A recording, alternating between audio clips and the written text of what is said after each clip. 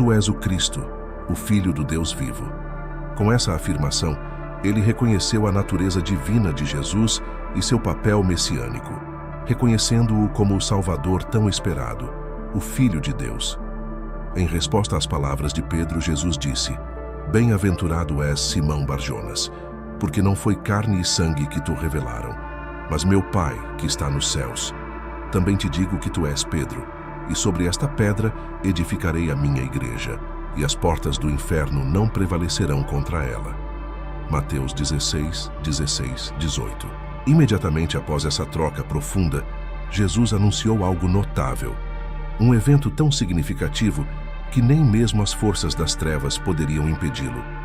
A partir desse momento, Jesus começou a explicar a seus discípulos sua missão. Ele iria a Jerusalém, enfrentaria o sofrimento nas mãos das autoridades religiosas, seria crucificado e ressuscitaria ao terceiro dia. Essa revelação lançou as bases para a mensagem do Evangelho. Após 6 dias, Jesus levou Pedro, Tiago e João ao Monte Alto, onde foi transfigurado diante deles. Seu rosto brilhava como o sol, e suas roupas se tornaram brilhantes como a luz. Mateus 17, 1, 2. Nestes eventos, vemos o desdobramento do plano de Deus para a humanidade. A confissão de fé de Pedro levou Jesus a afirmar o estabelecimento de sua igreja, indicando uma nova aliança e um futuro triunfante.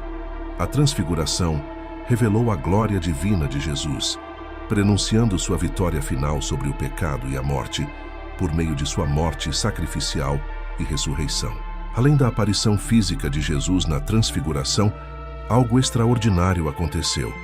A presença dos há muito falecidos Moisés e Elias envolvidos em conversa com Jesus.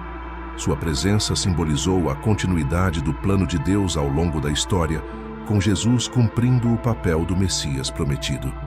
Isso foi uma realização profunda para os discípulos, confirmando Jesus como o Cristo, o Salvador tão esperado. A conversa entre Moisés, Elias e Jesus ilustra a compreensão cognitiva e a comunicação daqueles que faleceram e agora fazem parte do reino de Deus. Eles simbolizam aqueles que serão arrebatados sem experimentar a morte, como Elias, e aqueles que falecerão e estarão com o Senhor, como Moisés. Juntos representam todo o Antigo Testamento, com Moisés incorporando a lei e Elias representando os profetas. Essa extraordinária reunião de Moisés, Elias e Jesus, juntamente com os discípulos, simboliza a unidade do Antigo e do Novo Testamentos, centrados em Jesus. Por essa razão, Pedro, percebendo a profundidade do momento, sugeriu erguer 3 abrigos para Jesus, Moisés e Elias. Enquanto ele ainda falava, uma nuvem luminosa os envolveu e uma voz da nuvem proclamou: Este é o meu Filho amado, em quem me comprazo. Escutai-o. Os discípulos, sobrecarregados por essa revelação divina, caíram com o rosto em terra, cheios de temor e reverência. Este evento marcante, registrado em Mateus 17, 4, 6, oferece uma vislumbre da glória futura, quando Jesus retornar para estabelecer seu reino eterno. Isso enfatiza a posição exaltada de Jesus como Filho de Deus e o cumprimento tanto do Antigo quanto do Novo Testamento em sua presença, onde todas as distinções entre passado e futuro convergem e toda a criação reconhece sua autoridade divina como o soberano régio. Jesus, ciente do medo dos discípulos, tocou-os gentilmente e disse: Levantai-vos e não temais. Ao olharem para cima, viram apenas Jesus. Esse encontro poderoso enfatiza que Jesus não é apenas um entre muitos servos fiéis de Deus ou apenas um profeta. Ele é superior a todos eles. Os ministérios de Moisés e Elias, representados na montanha, apontam ultimamente para Cristo, que é o foco central de todas as Escrituras. À medida que desciam a montanha, Jesus instruiu os discípulos a não contar a ninguém sobre a visão, até depois de sua ressurreição dos mortos. Ele fez isso porque sabia que, se as multidões ouvissem falar disso, poderiam interpretar erroneamente e tentar fazê-lo rei terreno, em vez de compreender sua verdadeira missão como rei ressurreto do reino eterno. Ainda a caminho de volta da transfiguração, Jesus proporcionou uma revelação importante. Discípulos curiosos sobre a profecia da vinda de Elias perguntaram a Jesus por que os escribas diziam que Elias deveria vir primeiro.